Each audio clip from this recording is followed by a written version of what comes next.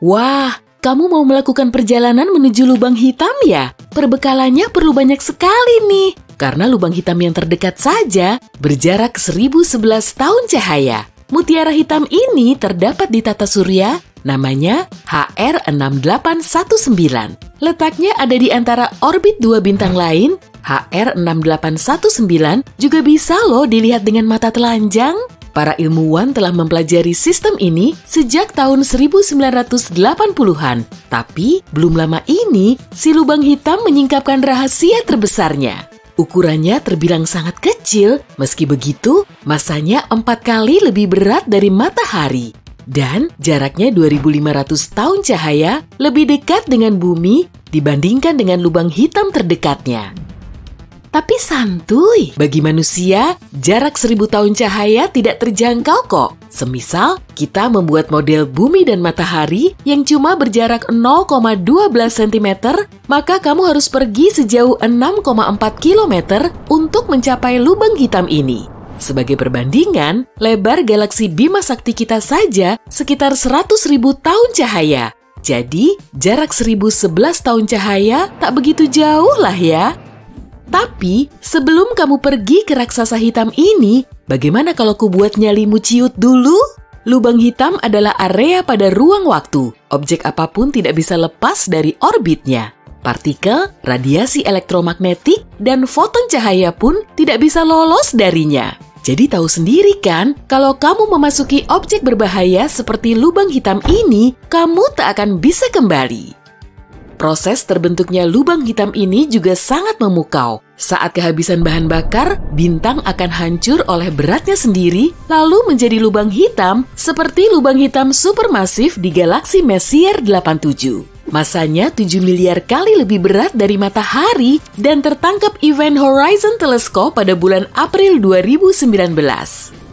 Oke, kamu sudah beli tiket pesawat luar angkasa yang lebih ngebut dari kecepatan cahaya. Karena uangmu tidak bisa dikembalikan dan kamu juga tak mau buang-buang uang, sekarang saatnya bersiap-siap. Oh, tinggalkan saja barang bawaanmu di rumah ya. 3, 2, 1, sampai jumpa. Kamu meninggalkan orbit bumi, berpamitan pada bulan, dan tak lupa menghibur Pluto yang bersedih dengan bilang ukurannya cukup besar kok untuk mendapat julukan sebagai planet. Kemudian, kamu melewati jalur ruang angkasa yang gelap dan disinilah perhentianmu, lubang hitam. Pakaian luar angkasamu sudah kamu kenakan? Sebentar lagi kamu menuju ke sana. Objek pertama yang kamu lihat adalah horizon peristiwa. Medan gravitasi lubang hitam membelokkan cahaya di sekitar tepinya, jadi horizon peristiwa ini terlihat seperti croissant. Kalau sudah sampai di horizon peristiwa, kamu tidak akan bisa kembali. Kemungkinan terlihat juga kekacauan di cincin ini. Cahayanya bergerak ke berbagai arah karena kamu mendapat efek cermin. Tapi, kita masih belum tahu isi lubang hitam ini. Kirim drone saja. Medan gravitasi lubang hitam seketika menyedot drone-mu. Begitu memasuki horizon peristiwa, bentuk drone mulai berubah, memanjang seperti jalinan spaghetti. Semakin mendekati pusatnya, semakin panjang ukurannya. Geraknya juga terlihat melambat dan perlahan mendekati pusat lubang hitam. Inilah efek lain dari monster luar angkasa ini. Masa lubang hitam yang sangat besar tidak cuma membelokkan ruang, tapi juga waktu. Kalau kamu menggantung 1 jam di samping lubang hitam dan satunya lagi di dinding kamar tidurmu, kamu akan tahu kalau jarum detik di jam pertama hampir tidak bergerak, padahal 1 hari penuh telah berlalu di bumi. Dan semakin masif lubang hitamnya, akan semakin kuat efek perlambatan waktunya. Secara teori, kalau kamu punya pesawat luar angkasa yang bisa menahan gravitasi lubang hitam, kamu bisa terbang ke sana dan menunggu beberapa detik. Selama kamu menunggu, temanmu di bumi sudah melewati masa seumur hidupnya. Lampu di atas drone-mu menyala merah. Perubahan warna ini juga terjadi karena alasan yang sama. Jam yang ada jauh di dalam area gravitasi lubang hitam berdetak lebih lambat kalau diamati dari luar. Hal ini juga mempengaruhi panjang gelombang foton. Cahayanya terlihat merah karena gelombang warna merah paling panjang dalam spektrum cahaya tampak. Semua perubahan yang terjadi pada drone hanya berlangsung dalam hitungan detik, tapi bagimu seolah lambat karena dilatasi waktu. Oke, saatnya masuk ke lubang hitam. Inilah persiapan terakhirmu. pakaian luar angkasa yang akan melindungimu dari radiasi Hawking. Radiasi ini terbentuk di lubang hitam karena efek kuantum di dekat horizon peristiwa. Radiasi Hawking mengurangi berat lubang hitam. Jadi, kalau lubang hitam tidak lagi menyedot massa dari benda-benda di sekitarnya, objek ini akan mengecil lalu hilang begitu saja. Oh ya, lubang hitam juga fana loh. Namun, radiasi Hawking bisa membakarmu hingga jadi abu. Kamu pun akan kehilangan kesempatan untuk melihat lubang hitam dari dalam. Oke, yuk kita selesaikan saja perjalanan sejauh 1011 tahun cahaya itu. Satu lompatan besar dan kamu tertarik ke dalam medan gravitasi lubang hitam. Saat inilah kamu tidak akan bisa kembali. Tapi dengan jarak segitu, kamu bisa kok membuat orbitmu stabil sehingga kamu bisa mengorbit lubang hitam seperti bulan mengelilingi bumi. Lebih tinggi sedikit saja, kamu akan terlempar ke angkasa yang tak berujung. Dan lebih rendah sedikit saja, kamu akan terseret masuk ke lubang hitam. Jadi secara teori, inilah jarak ideal planet. Dengan jarak ini pula, planet bisa dihuni kalau memenuhi semua syarat yang diperlukan. Beberapa menit telah berlalu, kamu pun mendekati horizon peristiwa. Coba lihat ke bawah, tubuhmu sangat panjang dan menyerupai spaghetti. Lihat sekelilingmu, cahaya gemintang menyala biru. Ini disebut pergeseran biru gravitasi. Saat kamu terlempar ke lubang hitam, medan gravitasinya menarik foton cahaya ke bawah sehingga memberinya energi. Panjang gelombangnya semakin pendek, lalu foton merah berubah menjadi biru dan semuanya mulai tampak berwarna biru. Nah, kamu sudah ada di bagian luar horizon peristiwa dan kamu cuma bisa melihat seberkas cahaya biru berbentuk bulat di atasmu. Sayangnya, dalam beberapa saat kamu tak akan bisa melihatnya. Jadi, kamu telah bertahan dalam medan gravitasi yang kuat di lubang hitam dan radiasi Hawking tidak membakarmu hingga jadi abu. Oke, sekarang kamu berada di pusat objek paling misterius di alam semesta. Kamu bisa melihatnya dari dekat dan ini bukanlah pengalaman yang menyenangkan. Disinilah tempat tergelap yang pernah kamu datangi. Hukum fisika pun tak lagi berlaku. Secara teori, waktu di sini berjalan sangat lambat sehingga planet asalmu tidak lagi ada. Dan lubang hitam baru bisa muncul menggantikan matahari kita. Kamu masih hidup kok, selama persediaan oksigen di baju pelindungmu mencukupi. Tapi bagaimana jika benda kosmik ini sebenarnya berupa lorong menuju tempat lain di alam semesta? Begitulah menurut teori populer, tapi para ilmuwan masih belum bisa memastikannya. Kalaupun benar, setelah beberapa saat, kamu akan melihat cahaya biru lagi. Dan kamu akan terjatuh lagi seperti sebelumnya, hanya saja secara terbalik. Setelah meninggalkan singularitas atau pusat lubang hitam, kamu akan berada di horizon peristiwa. Cahaya dari bintang yang menyala biru berangsur-angsur jadi merah. Kamu bisa merasakan getaran dan kehangatan dari radiasi Hawking. Tapi kemudian, kamu terlempar ke angkasa luar, mungkin menuju suatu galaksi yang jauh. Tidak ada yang tahu apa yang akan terjadi selanjutnya. Apa kamu akan berinteraksi dengan bentuk kehidupan yang belum diketahui sebelumnya? Atau manusia tidak bisa bertahan dalam kondisi yang ada di sana? Mungkin kamu tidak sedang berada di luar angkasa lain, tapi di alam semesta paralel. Ada juga loh teori seperti ini. Menurut teori ini, lubang hitam merupakan portal menuju dimensi lain. Sederhananya, ada banyak sekali salinan alam semesta kita. Setiap kali kamu dihadapkan pada pilihan, kembaranmu dari alam semesta lain memilih hal lain. Tapi kalau itu sih, kita biarkan saja sutradara film-film super keren yang memikirkannya. Saat ini, perjalanan menuju lubang hitam sangat mustahil dilakukan oleh umat manusia. Kita bahkan tidak bisa mencapai lubang hitam yang terdekat. Tapi suatu hari nanti, kita akan tahu sifat objek luar angkasa ini secara mendalam dan mungkin pengetahuan ini akan membuat kita lebih maju dan menjadikan kita sebagai peradaban multigalaksi.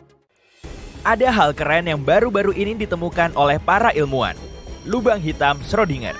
Yap, objek paling seram di semesta kita ternyata lebih mengerikan. Sekarang kita tahu objek-objek ini juga bisa berwujud banyak sekaligus. Tapi apa artinya itu? Yuk kita cari tahu. Lubang hitam atau black hole adalah raksasa misterius di alam semesta. Kadang rasanya makin kita pelajari, makin sedikit yang kita ketahui. Kita menemukannya belum lama ini, di abad ke-20. Dan sejak saat itu, kita terus mencari berbagai lubang hitam di seluruh alam semesta kita. Ukurannya pun berbeda-beda, dari yang seukuran kotak kecil sampai ukuran yang tak terbayangkan dan mengerikan. Tapi fitur paling pentingnya mungkin adalah masanya yang besar. Dan disinilah penelitian baru-baru ini berfokus. Para ilmuwan menemukan bahwa lubang hitam punya properti kuantum yang sangat tak biasa. Ternyata, tiap-tiap lubang hitam itu bisa berukuran besar dan kecil, ringan dan berat, hidup ataupun mati. Waduh, kalau yang masalah hidup, semoga nggak ada lubang hitam yang hidup beneran ya. Tapi poin utama dari penemuan ini adalah bahwa tiap lubang hitam bisa aja ada dalam banyak wujud sekaligus. Kedengarannya aneh ya. Maksudnya gimana sih?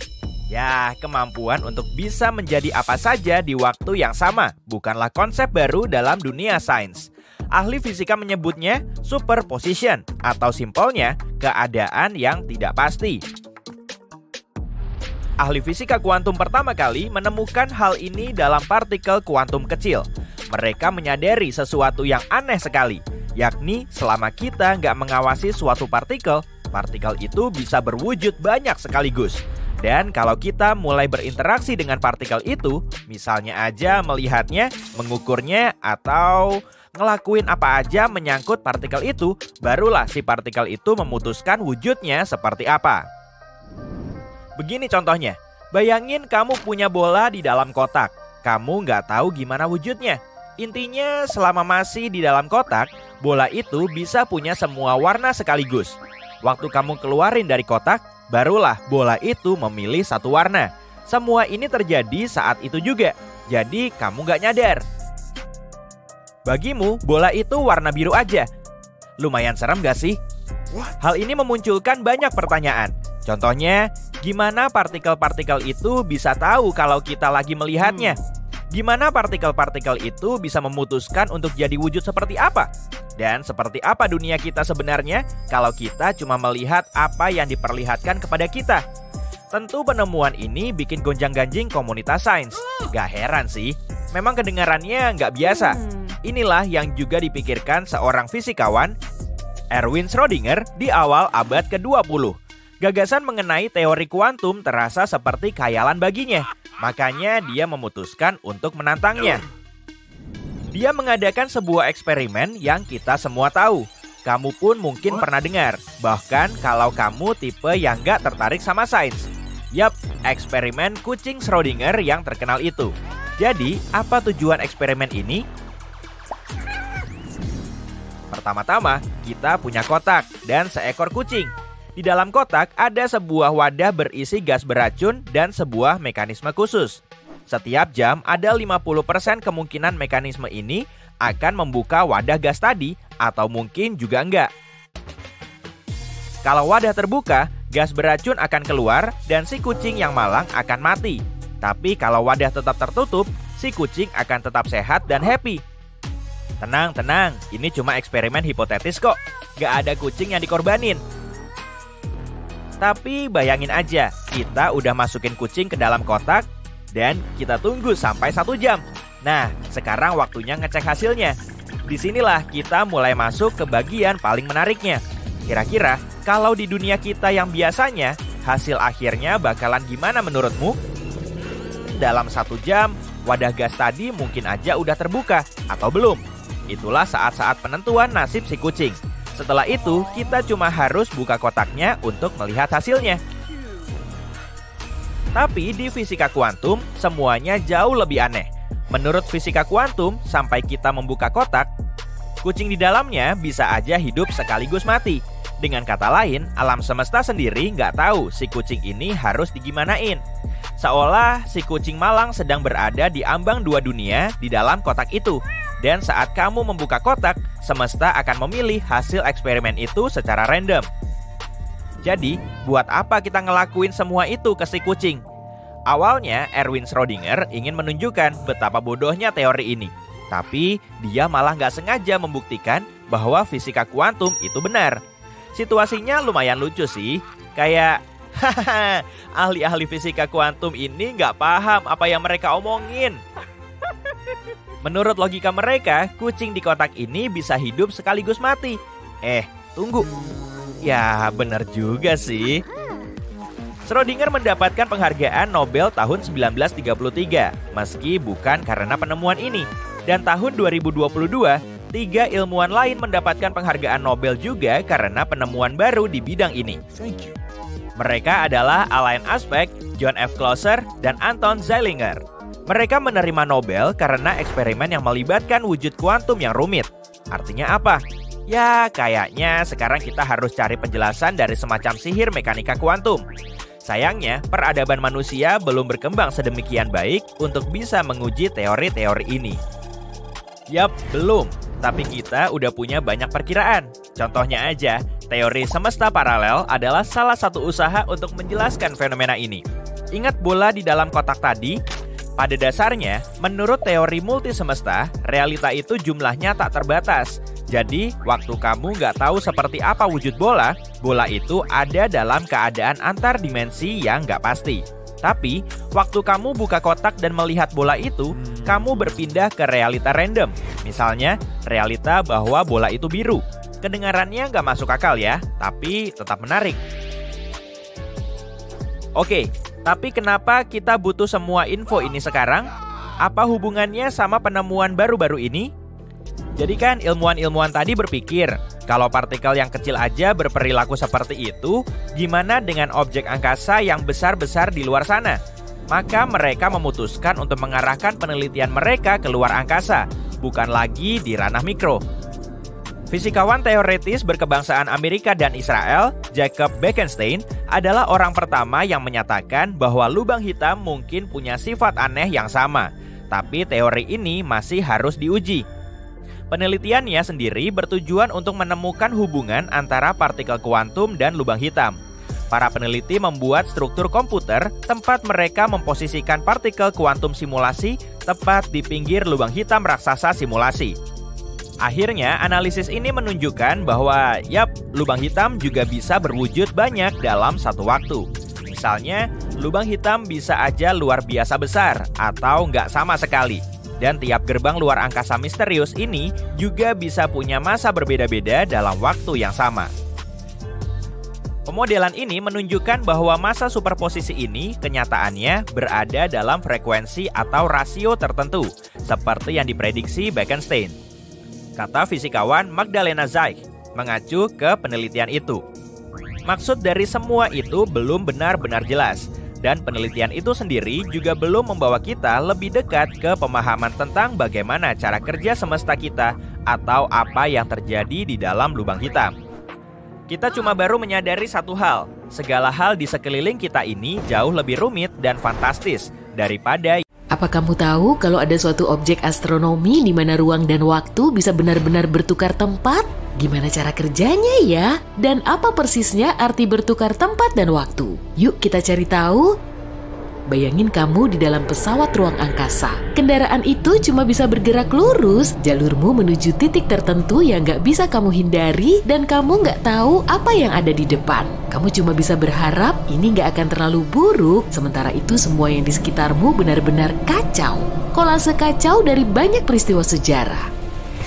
Apa yang kamu lihat? Manusia purba dan dinosaurus, lahirnya alam semesta, masa depan, siapa tahu akan seperti itulah alam semesta jika kita bertukar waktu dan ruang. Dan secara teori, itu yang akan kamu lihat jika kamu jatuh ke dalam lubang hitam dan berhasil selamat. Tapi gimana hal seperti ini mungkin terjadi? Pertama, yuk kita bahas dulu waktu dan ruang. Bayangin kamu menggambar bohlam di kertas, lalu ambil kertas lain dan gambar gimana bohlam itu dinyalakan. Saat ini baru satu lingkaran sinar kecil, satu lembar lagi, lingkaran sinar membesar. Lingkaran itu makin besar sampai akhirnya menjadi sangat besar. Di dunia nyata, bohlam menyala dalam sekejap mata karena cahaya bergerak paling cepat di alam semesta. Tapi di sini, di gambar kita menangkap gambar merambatnya cahaya bingkai demi bingkai. Kita lihat bagaimana seiring waktu cahaya membesar dari sebuah titik kecil sampai lingkaran besar. Tapi jika kita hubungkan titik-titik ini, apa kamu jadi teringat bentuk tertentu? Misalnya, kerucut? Iya, tepat. Ini disebut kerucut cahaya. Dan waktu adalah poros pusat dari kerucut ini. Kenapa? Karena cahaya berubah dari titik kecil menjadi lingkaran besar seiring waktu. Untuk mengingat ini, yuk kita gambar vektor waktu, sebuah anak panah di dalam kerucut itu. Anak panah ini mengarah dari masa lalu ke masa depan. Sementara itu, lingkaran adalah ruang. Dalam ruang kita bisa bergerak sesuka hati kita ke arah manapun. Kita bisa bergerak naik turun, zigzag dan seterusnya, tapi apapun gambar zigzag yang dibuat di sepanjang lini masa, kita selalu bergerak ke depan. Kita nggak bisa mengembalikan waktu dan kita nggak bisa menghentikannya. Ini membantu kita mendefinisikan waktu dan ruang. Waktu adalah arah di mana kerucut cahaya berorientasi. Ini adalah arah yang dituju semua jalan kita dan di mana masa depan kita pasti berada. Dan ruang angkasa adalah beragam arah yang tegak lurus ke lini masa. Ini adalah grafik yang mudah dipahami. Ini bisa diterapkan di seluruh alam semesta, lalu waktu akan mengalir dengan sama di mana-mana. Tapi, kalau kamu sudah nonton setidaknya beberapa film sci-fi populer, kamu akan tahu bukan begini kejadiannya. Di dunia nyata, waktu bisa kacau. Misalnya jika kamu bersantai di dekat lubang hitam, yang bagimu 2 jam bisa menjadi 20 tahun bagi temanmu di bumi. Tapi kenapa ya? Oke, tarik napas yang dalam. Nah, gravitasi berperan di sini. Oh, aku tahu gravitasi yang bantu aku berdiri di atas tanah kan? Pikirmu. Tapi masalahnya jauh lebih rumit daripada itu. Gravitasi adalah salah satu kekuatan fisik mendasar di dunia kita dan kekuatannya luar biasa besar. Faktanya gravitasi begitu kuat hingga bisa mendistorsi ruang dan waktu. Gravitasi bisa benar-benar memengaruhi kecepatan waktu seperti penyihir yang maha kuat. Yuk ambil sesuatu yang lebih besar dari bohlam lampu, misalnya supernova. Di suatu tempat di alam semesta, sebuah bintang baru saja meledak. Gimana kita bisa tahu itu? Gak ada sesuatu pun di alam semesta ini, entah itu bunyi, gelombang radio, atau apapun yang bergerak lebih cepat daripada cahaya. Jadi kita tahu terjadinya supernova hanya jika melihatnya. Dan ini cuma bisa terjadi jika kerucut cahayanya cukup membesar dan mencapai planet kita. Jadi kerucut cahaya itu membesar dan makin besar, dan sejauh ini semuanya baik-baik aja. Akhirnya kerucut itu mencapai planet kita. Tapi ada kekurangannya nih. Kamu tahu kan, planet kita masif, sangat masif. Dan gravitasinya juga kuat sekali. Terus apa yang terjadi? Gravitasi mengubah arah kerucut cahaya mulai ditarik ke pusat planet. Dan dengan ini ditarik pula anak panah waktu. Itu artinya gravitasi memperlambat waktu dan makin dekat kerucut cahaya ke kita, makin membengkok anak panah itu, serta makin lambat waktu berjalan. Apa artinya? Misalnya fakta bahwa arloji di pergelangan kakimu akan lebih lambat dibanding yang di pergelangan tanganmu. Kepalamu lebih cepat menua dibanding kakimu. Astronot di orbit bumi menua sedikit lebih lambat dibanding orang-orang di bumi. Hal-hal ini yang oleh para ilmuwan disebut teori relativitas umum. Tapi apa hubungannya ini dengan topik kita? Bagaimana kita bisa tahu apa yang akan terjadi jika kita bertukar ruang dan waktu? Jangan khawatir, kita hampir sampai kok. Sekarang bayangkan suatu tubuh kosmik yang memiliki kekuatan gravitasi luar biasa. Objek ini sangat membengkokkan waktu dan ruang hingga rasanya seperti tertukar. Ini lubang hitam mutlak menarik semuanya ke pusatnya. Gak ada bintang, planet, atau cahaya yang bisa lolos dari sana. Katakan kerucut cahaya kita mendekati lubang hitam. Pertama seperti biasa, waktu mulai membengkok ke arah pusat lubang hitam karena ditarik oleh gravitasinya. Tapi gravitasi itu sangat kuat, jadi waktu makin bengkok dan makin mendekati pusat, waktu berjalan makin lambat. Akhirnya kerucut cahaya itu melewati batas lubang hitam yang disebut horizon peristiwa. Pada titik ini kerucut cahaya menjadi begitu terdistorsi hingga sekarang benar-benar mengarah ke bawah. Bisa kita bilang kalau waktu sudah berubah arah. Waktu mengarah ke bawah? Omong kosong macam apa itu? Tanyamu. Akan lebih mudah kalau dijelaskan dengan contoh yang nyata ya. Bayangin kamu adalah astronot sinting yang memutuskan untuk terjun ke dalam lubang hitam. Dan ada pengamat di dalam pesawat ruang angkasa yang mengawasimu melakukan hal ini dengan alasan tertentu. Awalnya bagimu nggak terjadi suatu perubahan apapun, kamu melihat arlojimu, 5 menit telah berlalu dan semua baik-baik saja. Tapi bagi si pengamat, pertama-tama kamu akan jatuh ke dalam waktu yang sangat lama. Pengamat sudah duduk di sana selama 50 tahun dan kamu belum selesai jatuh. Semua itu karena waktu telah melambat. Yang kedua, karena ruang juga sudah terdistorsi di dekat lubang hitam dan pengamat akan melihat bagaimana kamu mulai teregang mirip spaghetti. Omong-omong ini istilah ilmiah loh, proses ini disebut spaghettification. Lalu akhirnya kamu menyeberangi horizon peristiwa dan pengamat nggak bisa melihatmu lagi. Cahaya nggak bisa lolos dari lubang hitam hingga citramu nggak akan mencapai pengamat meskipun kamu masih ada di dalam. Gimana dengan kamu? Apa jadinya kalau kamu selamat begitu saja? Ingat, anak panah waktu mengarah ke pusat lubang hitam. Apa artinya ya? Artinya sekarang pusat lubang hitam adalah masa depanmu. Pusat lubang hitam bukan tempat, tapi takdir yang gak bisa kamu ubah dan dari manapun asalmu, juga bagian lain alam semesta ini gak akan ada lagi bagimu. Karena sekarang itu bukan tempat, tapi kejadian dari masa lalu. Karena kamu gak bisa mengembalikan waktu, kamu gak akan pernah bisa kembali ke masa lalu. Tapi apa yang ada di sekelilingmu? Kekacauan total. Berkas-berkas cahaya sekarang bergerak ke segala arah, maju, mundur, dan seterusnya.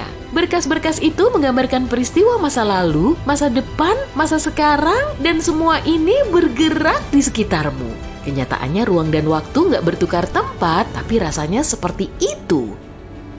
Karena di dalam ruang, sekarang kamu cuma bisa bergerak maju seolah-olah di sepanjang garis lurus. Dan waktu yang direfleksikan berkas-berkas cahaya mengepungmu di mana-mana dan bergerak ke semua arah yang mungkin. Dan di sini kita kembali ke awal. Contoh mengerikan ini membantu kita membayangkan akan seperti apa rasanya jika waktu dan ruang menjadi terbalik. Pastinya ini cuma teori dan dugaan, ide bahwa kita akan bergerak ke satu arah tertentu, arah yang belum kita pilih, dan adanya kekacauan waktu di sekeliling, kedengarannya cukup menakutkan ya, tapi ini akan menjadi pengalaman yang menarik sekali. Kayaknya berbahaya, kamu duluan aja deh.